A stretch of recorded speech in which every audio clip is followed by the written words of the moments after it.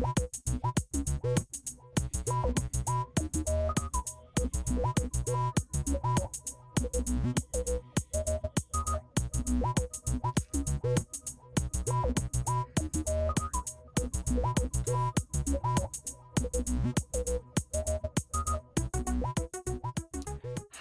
Success. everyone.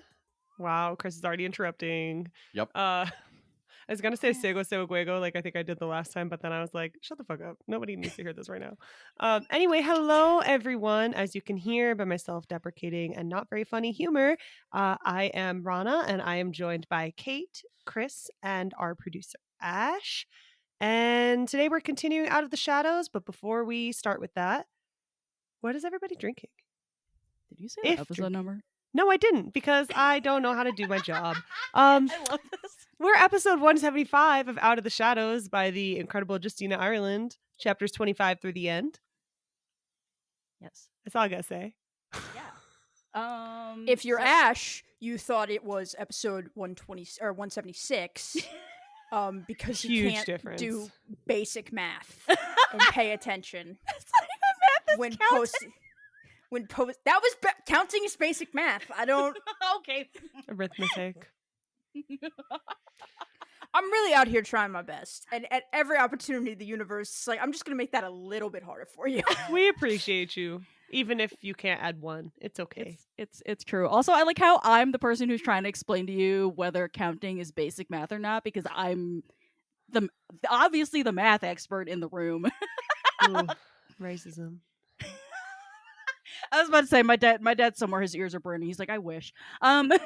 Anyway, I am drinking. So we picked up some alcohol while we were in Japan, and I've been saving this one to have on the pod because it's literally called Kinopi Gin, which is fucking hysterical.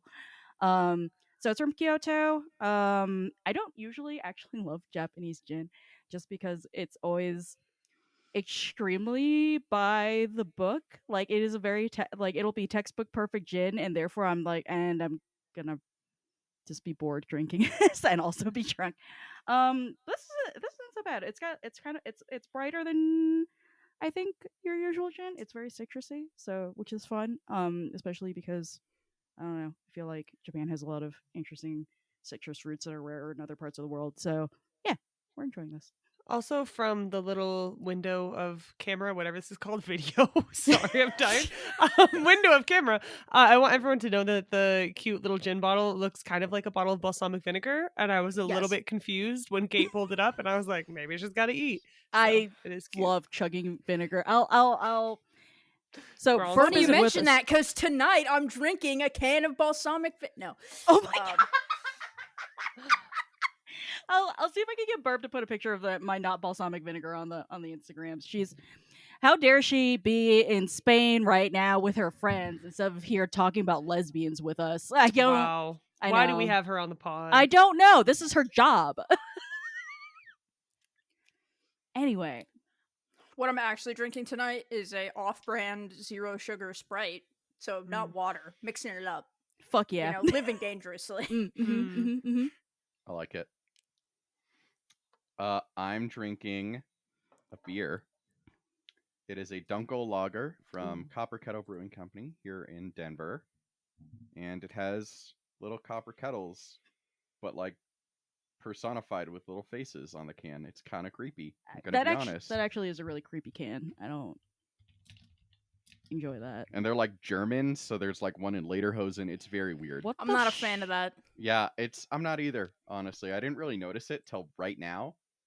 So I'm going through it with you all in real time. Okay, well. Thanks for that, Chris. Yeah. It's tasty though. Well, I'm going to sound insane because I have multiple drink options here, and I wasn't going to share the one I'm almost done that I opened when I was cooking dinner. But then you said I had skulls, and so I've been trying. It's a very basic bitch type drink, but it's left over from October, and it is New Belgium's Atomic Pumpkin Spicy. It's okay. It's a pumpkin beer. It's not that much to write home about. I'm trying to get rid of some of the many, many seasonal beers that I bought to have 2 of a 6-pack of. But it's almost done because I drank it over the last hour. So my second one, which also is a fall holiday beer, is chocolate banana stout by Dry Dock here in Aurora, brewed Ooh, with that cocoa sounds nibs delicious. and natural flavors. And that's all it says. Not a lot of description. It's okay. It's not bad. And then my last thing I'm drinking, of course, is Polar Seltzer, which Duh. is their passion fruit blueberry flavor that I brought home over the summer. Nice. And I'm drinking this because I went to the supermarket and I thought I bought seltzer and it said it was blood orange sparkling water. That was King Super's brand. And then I went to drink it and it had sucralose and tons of fake flavor and I hated it. So now I'm drinking random seltzer I forgot I brought home in August. Ew. Very interesting. Really cool life I Ew. live with all my liquids. Well, as I stumbled through in the beginning, we're reading Out of the Shadows. Yay! Yay. 25 through the end. Thank you, Justina Ireland. As a reminder, our cause for this book is Palestinian Feminist Collective. Please, please, please give them your money. They're phenomenal. They're doing all types of work. Also, if you're confused about the ongoing, centuries-long conflict and you want to get some education, check out their social media. They have a lot of really, really, really good learning resources, webinars, all types of things. And their mission says that they are an intergenerational collective of activists, organizers, practitioners, creators, thinkers, artists, scholars, healers, water and land protectors, life givers, and life sustainers. They're committed to achieving Palestinian social and political liberation by confronting systemic gendered, sexual, and colonial violence, oppression, and dispossession. Give them your money. All right. Well, we've already established when and where we are, obviously, because we've had a couple episodes. But I don't know whose note this is, so whoever wrote this, if you want to pop in, but Yeah, Syl I and can do Chancey. So just to start us off with this episode, I feel like we learn a lot of things about Syl's mom in this last third of the book, and I have a lot of feelings about them, and Syl has even more feelings about them. So I figured this might as well start here. So we don't get a lot of mother-daughter relationships in Star Wars in general. So I was just like in a very like broad sense. I was excited to see one depicted where the mom wasn't dead. Except yeah, mom's up to crime. And I'm very concerned about that. I I keep trying to and I'm sure we find this out later, but I keep trying to figure out what exactly Chancey's goals are here, because it seems like she genuinely like missed her daughter and wants her daughter to be with her, but also the Nihil are holding Syl over Chancey's head to be like, you need to do work. So like it's not like, I think I said before, like, is Chancey like a Galen Urso situation? Not at all. She's not being held hostage. She is doing this willingly. And it's just like, are you doing this for evil purposes? Do you like, Chris, are you the one who added the "it's for science" bit? Yeah. Okay. I definitely feel like she's one of those like Nazi scientist types where she's like, I'm just I'm just doing the boop boop in the buttons. Like, I'm not doing anything wrong with anything. I personally have never done anything wrong in my life. And it definitely feels like that she's very much like kind of an ends justify the means for scientific advancement type. Because like we learned from the first part of the book from that Gungan professor that like she was super driven, super passionate, and also like kind of weirded people out. And like I feel like that's just very much who she is. She's like, she gets very tunnel visioned about what can be accomplished through her work, and that's all that really matters to her. Basically, she's Werner von Braun, is what I'm saying. Great. Yep. I do appreciate whoever wrote here an alive mom in my Star Wars, because it is really nice to not have a mom who's just dead and like a saint figure. Yeah. Though we do Totally. kind of get that perspective for a little bit in the beginning while Syl believes this, but it's definitely nice to not just have a mom as, I mean, she is a plot device, but with some agency. So Yeah, totally. I also just like, generally speaking, want to just shout out Justina Ireland for she writes really great complex mother-daughter relationships, between the Yarrows and Avon and Girastaros, who we saw in A Path of Courage. Is that what the name of the book? That's the middle grade book that you wrote? Crap. Every time. We never remember the name of this middle grade Test book. of Courage. Thank you. Fuck. It's a very generic name. Which is so unfortunate because the book is great. But yeah, she writes. She is really good at writing these very complex relationships where it's just like, like the moms aren't just moms, and like Ron is saying, they're not just there to, I don't know, be paragons of feminine virtue or whatever the goddamn hell. Like they're complex. They have careers. They make mistakes. They're not there to be the literal Virgin Mary. Funny how that works. God damn it, George Lucas. Is this writing? Right. And their daughters have like very mixed opinions about them. Like Rod was saying, Syl has like very rose-colored glasses on towards the beginning, but because she's in mourning, it like totally makes sense. Like that's the only family she had, and of course she thinks she's dead, and of course that's like so painful for her.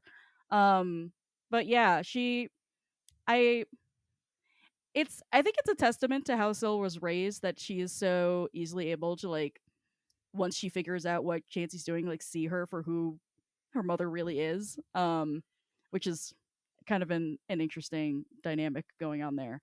But yeah, also, this is slightly an aside, as my dog just coughs and dies in the background. Just the paragraph where Chancey just drops in, "Oh, you remember your Auntie Lorna, don't you?" And so it's just like, "Yeah, I remember child abuse." And I was just like, can you fucking imagine that shit? Like this motherfucker was just like, "All right, kid, you're like 12. Let's do knives." And she's just like, "What?" And she's like, "Knives. Pointy. Let's go." Okay, you don't think you're going to be that aunt?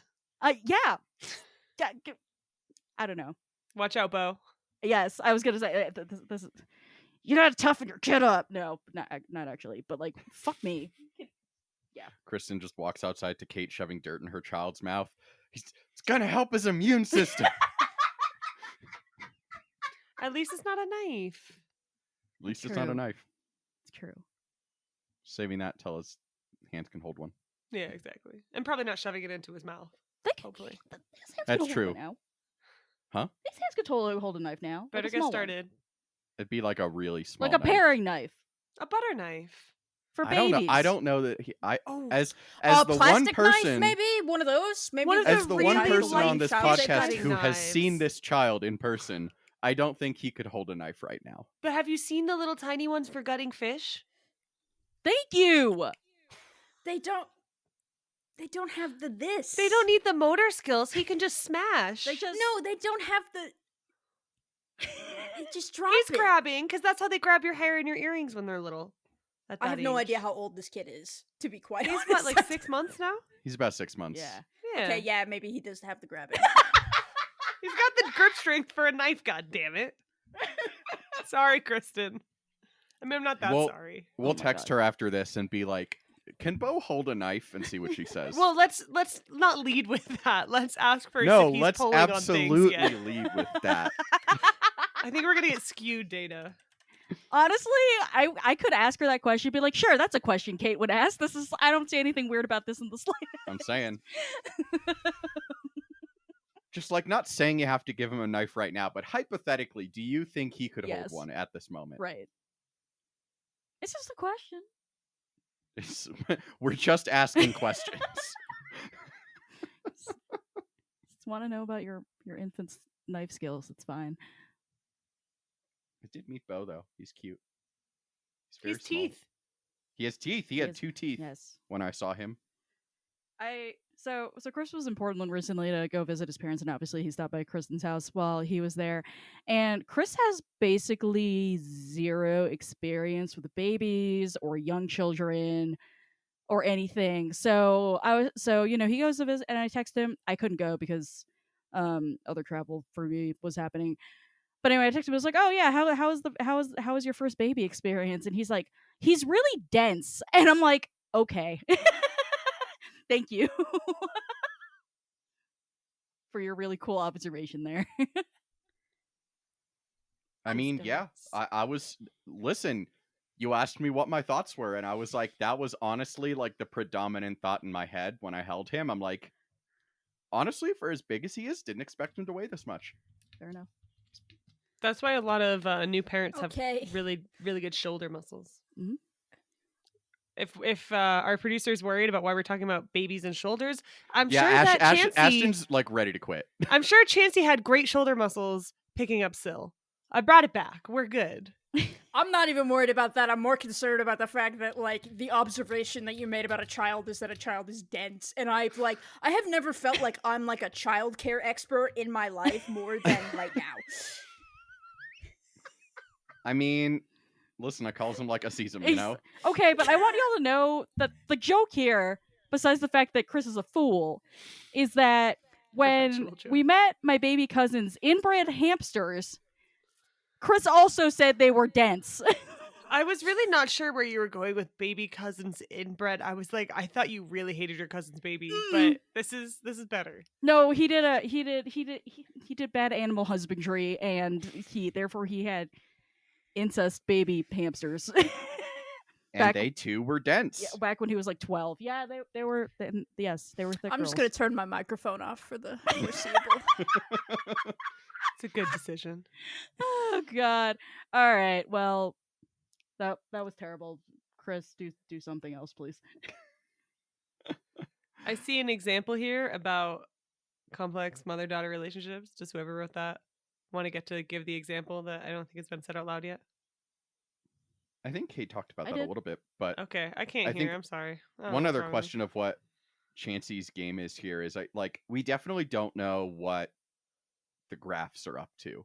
Yeah. Yes. And I think that because like we know that like Grandma Graf like tried to blame it on Grandma other people, Graf. and then we found out at the end that like that was predictably bullshit, and she's like very much working directly with the Nihil, and so we don't really know what's going on there, but that feels important for stuff as well, just because like Mm-hmm. there's always a rich someone behind a mad scientist. Yes. But I'm very intrigued by the graphs. I'm also very interested in their rivalry with the Santekas that we see a Mhm. little bit of, and just the way that I really love the bit where Xylan and they're all in Xylan's apartment and they're sitting around a table and they're trying to like plan out how they're going to get to the Bering sector to investigate all this mystery weird activity. And he and Jordan are just trading barbs, and you could see them just doing it with giant fake shit-eating grins on their faces, and I was so into it. Is this when they have all the blue wine? Yes, the Yeah, Tonneray. Yep. Mhm. Always the Tonneray. Yeah, I would, Alderan's only export. I know. I would watch that political drama Yes. for sure. That's not like Disney Plus, because we need more Star Wars content apparently. yeah. I'd watch that Hatfield and McCoy's type, like whatever nonsense going on there for sure. That honestly sounds great. Doesn't it kind of though? I just like Disney hire fans. Kate's a writer. Somewhat. They probably hired like Taylor Sheridan or some bullshit. Ugh. I don't even have a feeling about Taylor Sheridan, but I just feel like I'm sick of all the same people over and over. Kate's making faces at me like I don't know who the fuck that is. Kate, have you heard of? Are you Okay. familiar with Yellowstone? Oh my Sure. God, that's who Taylor Sheridan is. I was like, that name is Yeah. familiar. So I actually was right by saying, ugh, I didn't know Kate, are you either. I familiar pretended with to the know. episode of Rutherford Falls that makes fun of that like soap opera about the Old West? He also That was directly like making fun of Taylor he Sheridan. also wrote Wind River and then took direct credit for, quote, making America aware of the missing and murdered Indigenous women problem. Oh my God. Yeah, Of course he did. That sounds right. Natives Oh my don't like God. him, and at the same time, he is like completely convinced that he is a savior to our people.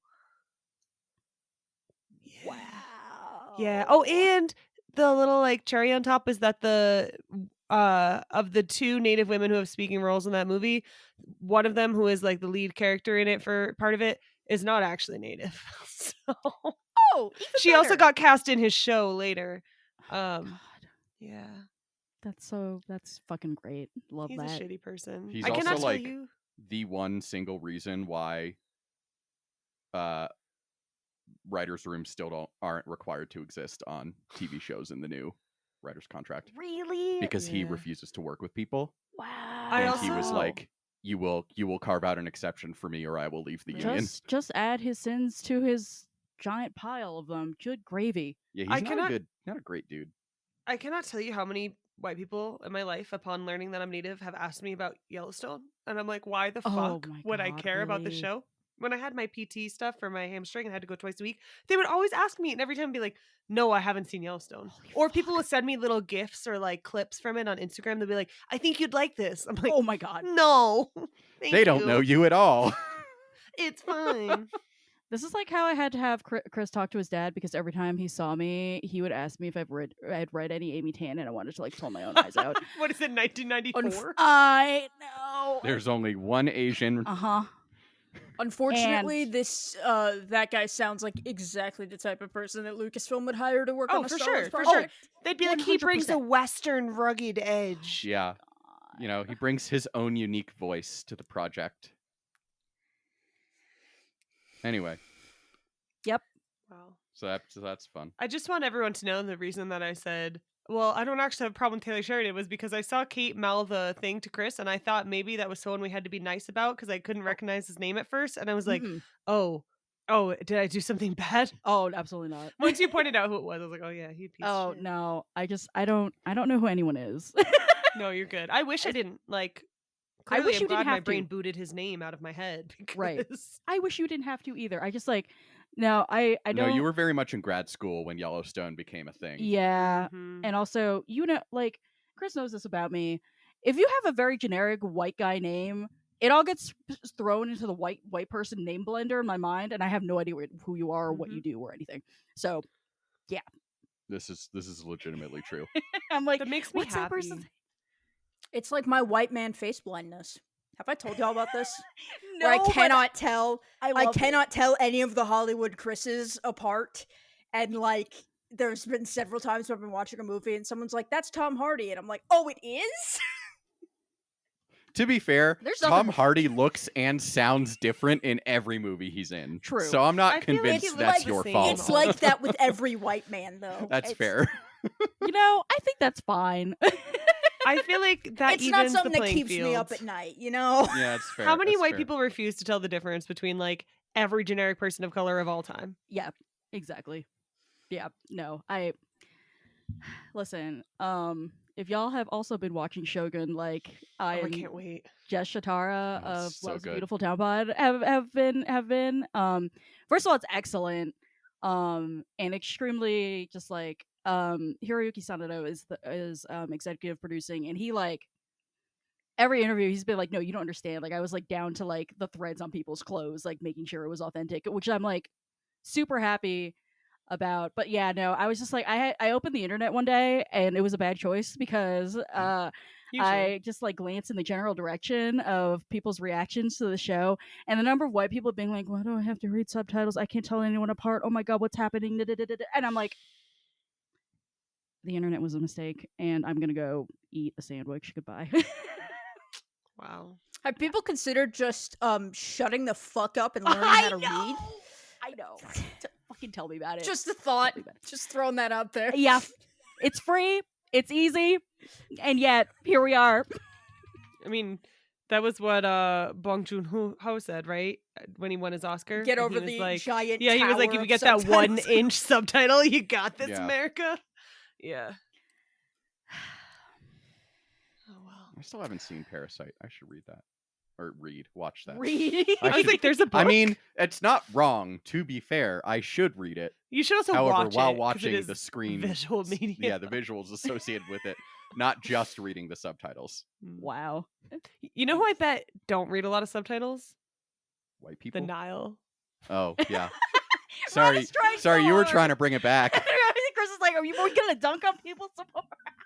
I mean, I'm ready. Rana's trying but- desperately to do my job, and I just gave up like I thought it was 45 my minutes job ago. because I brought us in because it was like I really fucked up in starting the episode, so I was like, Oh my I'll just God, you try. No, I'm very bad at bringing us back in because I will just like completely lose the plot whenever y'all start talking. I'm like, what do you mean this happens in this Star Wars book? Luckily, I'm sure our 3 listeners stopped listening about 15 minutes ago, so we're good. Yeah, honestly, anyone who is still listening is like well familiar with our tangent. If Yeah, you're still That's the listening, thing. tag us on whatever I was going to say Twitter. I refuse to call it X. It just sounds like a club drug. But tag us on the shit show of the interwebs at some point. Yes. Because we know you won't because you're not here because you don't exist because no one's listening. So Exactly. it's cool. So the Nihil. Speaking of not existing. Yes. So Syl's Auntie Lorna. So her power grab continues. Fascinating. So we get a tiny little bit more information about her, and there's a whole like audio drama centered around her that's coming up for us to read. There sure is in 2 weeks. Just or 2 episodes. Let's be real with ourselves. Yep. I thought you meant it was coming out in 2 weeks. I was like, that is convenient. No, No. it's been out. No, she exists.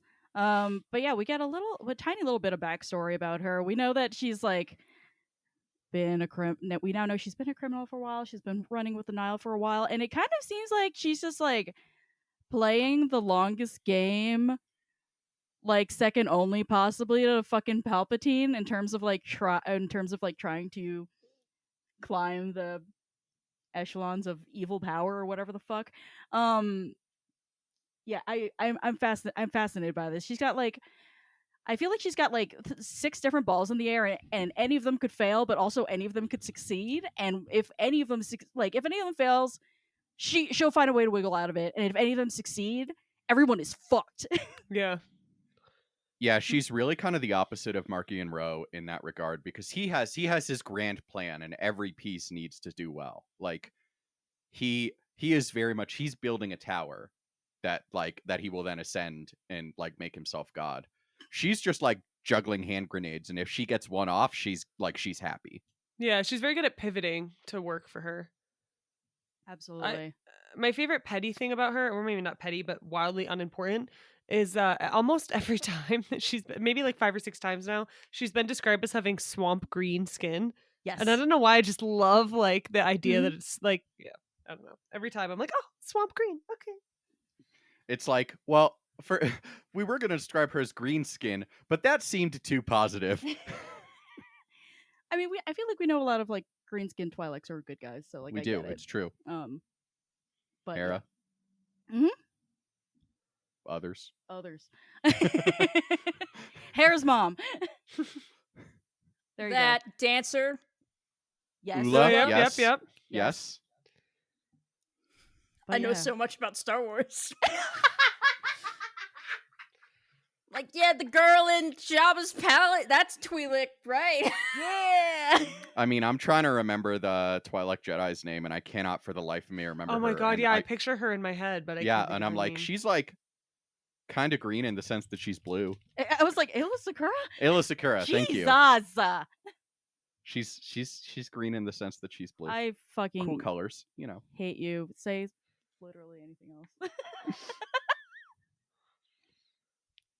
But yeah, I don't know. Chris has read like so far past where the pod's currently at in the High Republic. I feel like every time I'm just like, Chris, do you have any input? And he's like, where are we and how much can I say without? I mean, honestly, so like, I mean, you're not wrong, particularly with like some of these questions about Mari Santeca. Like, I mean, and I will be the first to admit, we actually don't know a whole lot more about her situation past this book right Darn. here. But like, also, like, phase 1 of all phases of the High Republic, if we're being honest, but they're very like, the seeds are sown throughout the whole first bit, and then it all comes together. And so like we don't really figure out what the point of these hyperspace experiments was until I would say phase 3. And we Man. haven't even gotten confirmation that this is what it was. I'm just kind of connecting the dots together that I think that's what it is. I could be entirely wrong. So like there's like I do know what happens, but also I don't really, because it's remained somewhat shrouded. Interesting. Okay. Well, I'm gonna ask these questions anyway, even if they never get answered, Yeah. because I was curious about them. Yeah. So other things aside from Lorna D doing her whatever machinations in the shadows, you know when you get asked to babysit your boss's alive corpse lady and Oh, she yeah, all the time. dies? Classic workplace scenario. I wasn't expecting This is what I'm talking that. about. Where I'm like, are they describing something that happens in a Star Wars book, or am I having a stroke? That's the question I They're ask not myself mutually every time we exclusive. record. I Yeah, mean, to be fair, that's been true of every Star Wars book dating back to Splinter of the Mind's Eye back in like 77 that's or true. whatever fucking I'm year sitting it here was. acting like the EU made any sense. Yeah. I actually feel like the EU made less sense than like Oh, these it things don't necessarily make sense, but the 100%. EU was like there were a lot of drugs involved in creating that. Mm-hmm. A lot of drugs, very little quality control. It's true. But yeah, so we killed Mari Santeca, which it feels bad. Because she seemed like I mean, on one hand, like just like from a reader standpoint, I'm like, oh, this is probably a good thing for you as a person, because oh my god, the suffering. And also on another standpoint, I'm just like, is this a bad thing? Like plot wise, I have no idea. Like Marky Rose still seems to think that Mari Santeca is less important now that he has the Jedi desiccation monster, the Oh, yeah, leveler. yeah. Mm-hmm. Which, fair. She could not suck people's life force out of them, but still, I do wonder, like,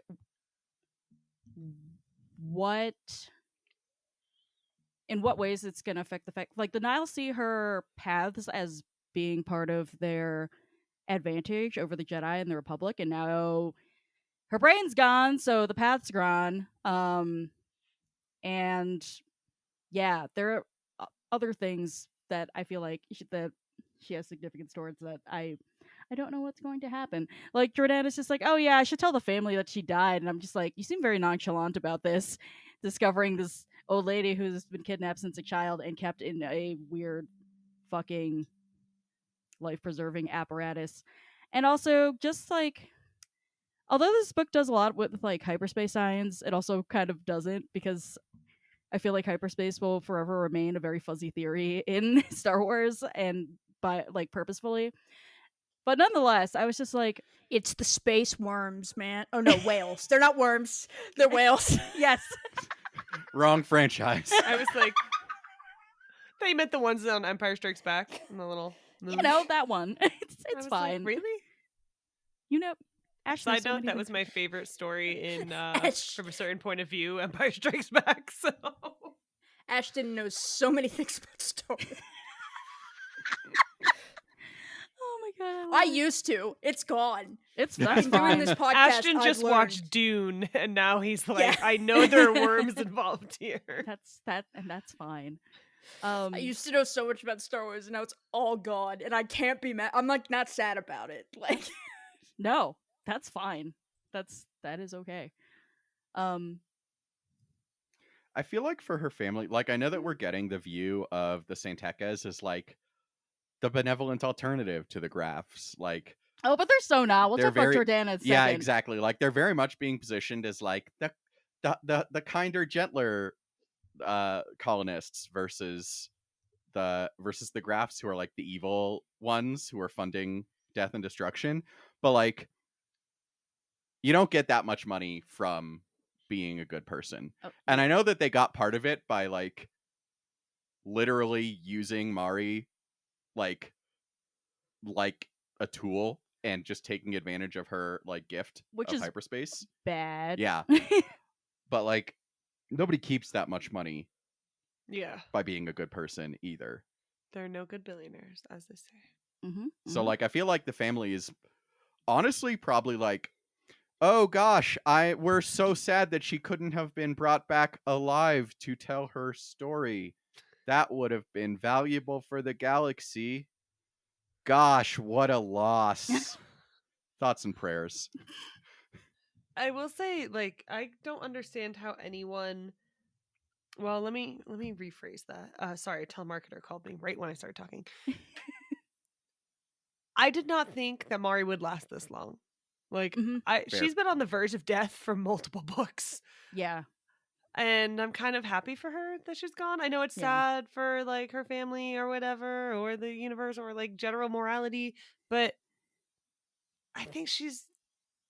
Yeah, I don't know. Some of those descriptions of her previously with like her paper skin and her body like contorting and breaking off. Ugh. Yeah, I'm kind of happy for her that she's done with that stage. Yeah. On to no. better things or just silence. Yes, or just floating around in the forest. That seems like a cool thing for her. This is a side note, but I really love like there's been a lot of focus on like people's different like conceptions of the force, like for them personally. Like like Elzar sees an ocean, and like Avar hears a song, and I forget what Stellan does because no one cares. But or I think Vern sees it as like a river or something like that. The way that Mari sees it, just specifically as hyperspace, I think is so neat. I just think it's cool. Like, it's like it's. I just yeah, I just think it's fascinating. I just think about um fractals and branches and like going down rabbit holes and stuff, and I just think Mhm. I think it's cool. But yeah, Chris, what would you like to say about this poor old lady? R.I.P. Yeah, I mean, I hope we get more about her someday. I don't know that we will. Maybe Mhm. we will. Maybe we'll get more about her in phase 3 of the High Republic, or just in the future. But I mean, she's definitely unique in Star Wars in that she is like a character that, despite having very little page time, like was kind of built up and like made into a character, not just a MacGuffin. And that's why I actually was surprised that they killed her off at this point, Mhm. because I was just like, because like absolutely yeah, she's like got like most of herself. She's not even on the verge of death. She's like mostly over the line, honestly, like for the entire time that we know her. And yet I was just like, they're just gonna draw this out forever. And no, she just died, and I was like, oh shit. um, but yeah, But no. not without questing Vern. Is Vern's that been quested to is- find the child. what?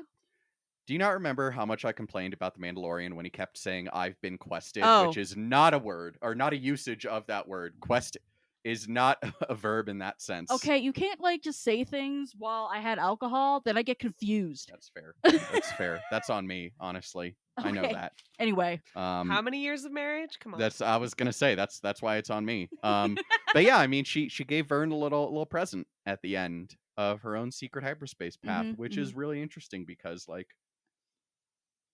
obviously she and Vern had this connection of the visions that Vern was having, but that's also a gift that Vern had as a Padawan, and like Vern kind of has this feeling of unfulfillment throughout this book in particular. We get a little bit of it in the Test of Courage, but like she doesn't really know what she's supposed to be doing, which is kind of what happens when your egomaniacal master shoves you ahead of the class because he wants you to be cool. Like, yeah, so that it can reflect well on him. yeah, exactly. Mhm. Yeah, yes, absolutely. Like he doesn't want you to be cool for your sake. He Mhm. wants you to be cool for the sake of the order. Right, Yep. right. And so it's interesting because we do kind of see this book. We start to see the crumbs of like, is Vern's path going to start diverging? And we Is start her to get path gonna diverge? that was intentional. No, it wasn't. But like I feel like there's so much more to come with Vern that it is just super interesting to see. Yeah.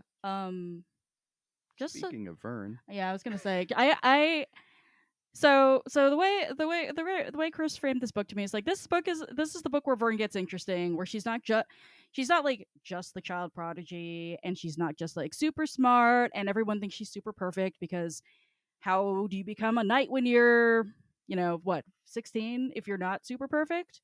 And she's not. It's like really interesting to see her on the back foot and floundering around. And I think a lot of that shows up in her relationship with Imri, and how she doesn't know how to teach because she's a kid. And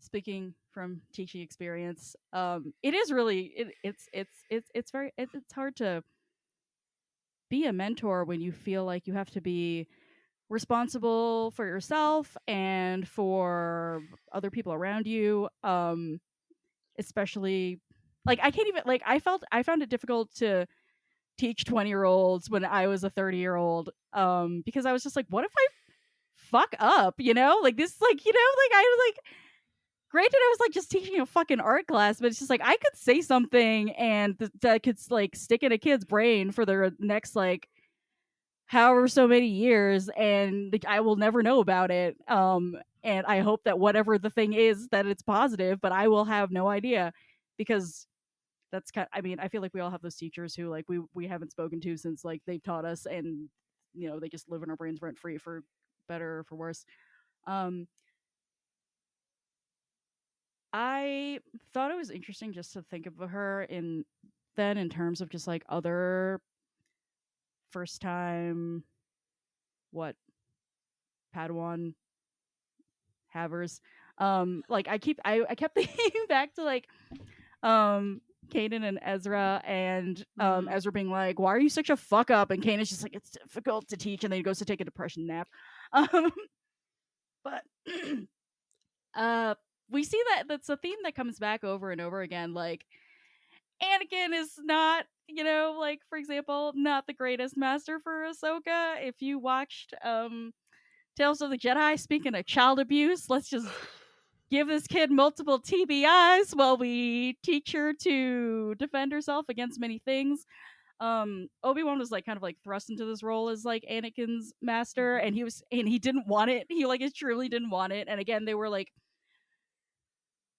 he felt like they were like almost a little too close in age, and that it's nothing to Vern and Imri.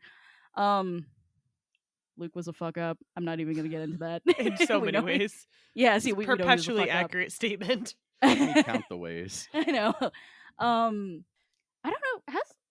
Is Comac a first time? We don't master? know. Okay. So, and I was actually going to go into something like this because it's really interesting that you look at all of these masters who, sorry, Orca was making noises. I had to make sure he wasn't eating garbage again. All of these masters who are like very questionable mentors at first. And the one thing that all of them, except potentially Comac, we don't really know enough about him. We know a little bit though, because he's the one whose master died on the way to that rescue mission, right? Or was that correct? What's her name's master? Who died? That was his. Someone's master died. It was Comac's. It was Comac's master. Yeah. So, and that strengthens my point even more. Like, so the thing that all of these people have in common is that their mentorship was cut short. They never actually finished their training. Good one. With their original masters, as they should have. And the thing that's I won't go an episode without shitting on Stellan Gios, because Vern did finish her training. She did. It's like true. On paper, exactly. And you kind of goes back to like, when are you done learning? Well, like when you have nothing left to learn. Like, did she have nothing left to learn, or did Stellan have nothing left to teach her? Ooh. Because those are two very different questions, and asking I think that real is questions. I think that is like very relevant to how she's feeling, like left out right now, or how she's not left out. That's the wrong word, but I mean, what he taught her was the fucking Jedi employee manual. So Yeah. like he didn't actually teach her what it means to be a leader. He didn't actually teach her how to handle these situations that she might be thrust into. yeah, or like honestly, like being able to think creatively and out of the box and on the fly. Those are muscles, you know. And there are definitely ways to learn how to do these things and strengthen them. Chris and I were once again, or rather, Chris and I weren't talking about this. I was just ranting in the car once again about about Common Core and the lack of the teaching critical thinking and shit. Anyway, it feels like that. Yeah, you're exactly right. Not that Vert isn't smart, because like she's real smart, but like, yeah, it's like, you know what? Where do you find your confidence when you're faced with a problem? Like you have to have built up that resilience already. It also makes me wonder, because the council had to vote to approve, right? One Or would think. yeah, so like what the or something. fuck was? I don't know that we really know, but I also feel like if someone with Stellan Gios's status graduated her, no one's gonna fight it. I mean, this just brings me back to that idea of like, what the fuck is up with the Jedi that they can't tell that Stellan Gios is a questionable dude? Yeah. I mean, we might not think he's charismatic because it is easy from our standpoint to kind of like see the man behind the curtain, but the rest of the galaxy sure thinks he's charismatic, so I think but that they might have probably magical have powers. Like they should be able to feel his energy. I mean, they also didn't feel Palpatine. So yes, exactly. No, they or love Anakin. Space cops. Yep. They love sand and shoving their heads in it. The supposedly more advanced era of the Jedi from the High Republic, and they still didn't catch the Anakin thing. Even though that man was radiating red flags, just shooting them off at every opportunity. Man was a walking red banner. They just literally, like, he walks into the temple every day. Anakin, why are you still walking around carrying red flags? Still didn't get it. Maybe Jedi are dumb. Perhaps. Yeah. It might be. I mean, looking at this list on the outline of Anakin, Obi-Wan, Luke, Kanan, and Comac. Leave Kanan alone! Possible. What the fuck is wrong with you? Listen. Kanan is not dumb. No. He's not very wise, but he's not dumb. He's a himbo, but... Yeah, I was gonna say, he definitely has some shortcomings in the brain department. He's not stupid. He's for sure a himbo. I mean, and he developed, and that's like what makes his and Ezra's relationship so interesting, is that we got to see them both grow. Like, we didn't get to see that with Obi-Wan because for some reason that was the movie sequence that we got. Like, I can backflip. Yes, like I think what we've learned here today is that if you're a Jedi, you need a Harrison doula to keep you in check. It's absolutely, and that's how you end up okay. Mm-hmm. Harrison Dula, but not a Padme, it would appear. Yes. Very different category. Boy. Yeah. Very different vibes. Not a knifeless Padme, I'll tell you not what. Not a knifeless Padme. Knifed Padme's only. Yep. Padme definitely has the grip strength to hold a knife. Let's be clear about that. Back around. Nailed it. Oh my god. That feels like a great place to end it. Like, I know we have this point here, but did we not talk about this last time? And it was just here for No, Burb? we didn't. We waited for Burb. Oh, okay. Well, then we're not ending it here. Fuck you, Chris. I'm homophobic. Why do you hate lesbians? Chris hates the sapphics. So unfortunately, again, Burb's not here because she's in Spain for like what, 3 fucking weeks? This fancy motherfucker. So I'm gonna talk about lesbians without her. First of all, most of what I wanted to scream about with Burb is that U-hauling is fucking canon in the Star Wars universe. Mm-hmm. For the love of everything, I was screaming. Okay, so it's there like has to be some universal constants. It's you know, human nature is human nature. Lesbian nature is lesbian nature. But truly, transcends the multiverse. This probably really helped Syl prepare for the fact that she wouldn't have her mom, because her mom was gone for like a month and she was like, I live here now, I'm moving in with my girlfriend and we're never leaving. Yup. Ever.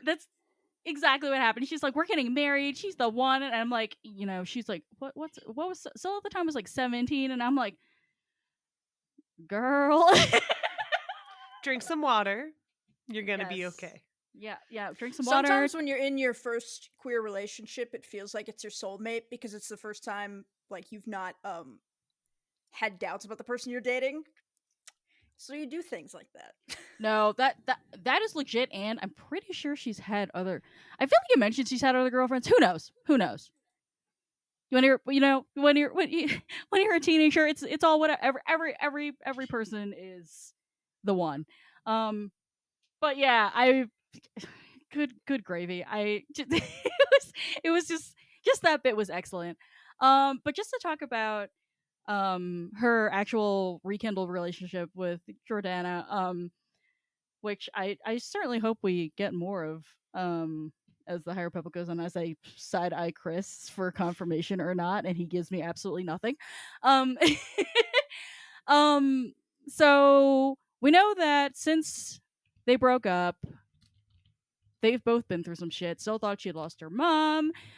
Jordana's been just watching just the Nihil create mass casualties on the planet that she is in charge of at the ripe age of 20, which is horrifying to me. So they've definitely got some demons, and they should probably talk about them, and they probably won't. Especially because I was texting Chris, I feel like at some point, because this is when you were out of town and I was finishing up the book. But Jordana has her like death frisbee boomerang fucking thing that just like fucking dismembers people and chops them into itty bitty pieces. And yeah, no, I really love the part where they run up to they're escaping from the Gravity's Heart, and they're passing back through the hangar, which is the area in which Jordana had done said murder, and people were just like, oh my god, this is a horror show. What the fuck happened here? And Jordana's like in the background with her giant cat being like, la la la la, who could have done this? And I'm just like, you are terrifying. Holy shit. You just murdered 20 people in 10 seconds in cold fucking blood. And we're not gonna talk about it. And I really hope we talk about it at some point because I want the drama, but I just like, she is frightening. If if her character were like, I don't know, like 10 years older, I'd be like, yes, I am scared and horny, but here we are.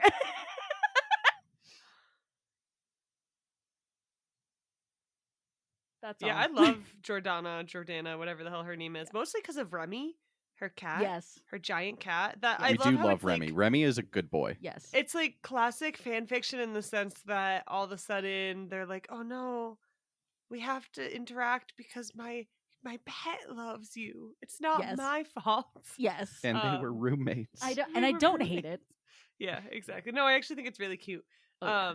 I just think she's badass. Like, I love yeah. having badass. Now, I say this, of course, as an annoyingly like heterosexual person, so maybe my take here is entirely unnecessary. But I love her. I'm like, she's so badass.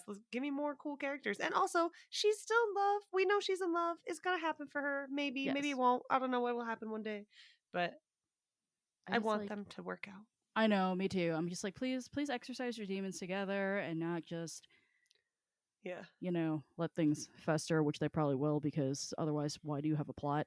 I want Syl to steal that like giant dog thing that I picture as a really fluffy Samoyed but huge. But then I looked up a Yes. picture of them and I guess they're terrifying looking. Oh. But I want her to steal that, the one she keeps using as an accidental chair. Yeah. And then they can just be their like cute little lesbian couple with amazing exotic animals that kill people for them. Yes. That would be ideal. Yeah. Also, the fact that Jordana's like fucking like murder boomerang is called she calls it the Merrymaker. She only does that's it once. Cop behavior for sure. I was like, that is the most frightening fucking thing I have ever heard. And also, Chris knows very well that my type in femmes is motherfuckers who could rip me limb from limb, so here we are. Couldn't be Kate. It really It's is fine. unfortunate the Burb's here not here for this I conversation. know, because she and I have the same type. It's true. This is very true. Yeah, no, we just want femmes who could murder us. It's true. It's fine. Okay, the end. Oh my god. Thank you for listening to episode 175 of. Oh, I forgot we have it back. Yay. If I you didn't almost know, we're jinxed having it. problems with our music. Yeah. Thank you for listening to episode 175. As we finished up Out of the Shadows, next week we're going to be diving back into the High Republic comics, reading the few that are around for this phase. Music's gone. And so I'm going to rapid fire a few that we're going to be reading. First, we're going to be reading the Marvel High Republic comics number 6 through 10. We don't encourage people to read those because Marvel is run by bad people. Fuck Marvel. But if you were to just by happenstance find a link to pirate them, the internet exists. We didn't say you know? that. We didn't say. Disclaimer. I mean, I'm not telling you to do it. No one said that. Theorizing about the possible. We do encourage you to support legally and monetarily, or at least via a library, the High Republic Adventures series by Daniel Jose Older, issues 6 and 7, and there's an annual. That one's kind of optional. We'll get into it. Comics are very confusing with their numbering. I still don't get it. Also read The Monster of Temple Peak, which is a miniseries, issues 1 through 4, and the Edge of Balance manga, which we're doing number 1 of that. So a whole lot. We'll put it in the episode description so that folks have access to it. But yeah, check those out. We'll be talking about them. We're going to go back to learning about Keeve Trennis. We're going to see what's going on with the Drengir, with Avar, with what's her name? Terrifying mercenary woman Great. from Rising Storm. What is her name? York. Yorick. Ty Yorick. Yes. I knew her. Fuck. Shakespeare joke. Anyway, if you have the means, first and foremost, please donate to the Palestinian Feminist Collective. Then, if you do want to flush your money down the toilet, you can support us by giving to the Tashi Station Radio Patreon, or giving us coffee at ko-fi.com/bookwarspod. If you do the Patreon, there's a new $2 tier where you can watch Kate stream, also me, but this month probably Kate. Either The Last of Us 2 or Lies of P, or late breaking news, Halo. Oh yeah, we do Halo. Yeah, we'll probably get high and do co-op Halo 2 at some point. So that's always a good time. I didn't just type that in. It's fine. No, definitely not. So anyway, and also just continue to send your pets and treats to Argos, Orca, Tony, Wedge, and Tifa, the official family of the pod. That's our the theme book song is word, Whiz Bang. pause. Huh? Of the pause, No, it's yes. a bad the- joke. That's what you said earlier. It was a stupid joke. It's fine. I'm not going to I like it. I like it. Our theme song is Whiz Bang by Poddington Bear. Our logo and artwork are by Joe Butera Design. Our audio and production are done, as always, by our very own Ash Jeffys, Ashton. Thank you all for listening. From all of us, Kate, Rana, Ashton, Miranda, Kristen, Bo with his tiny knife-wielding hands. I'm Chris, and we'll talk to you next time. Yike. I want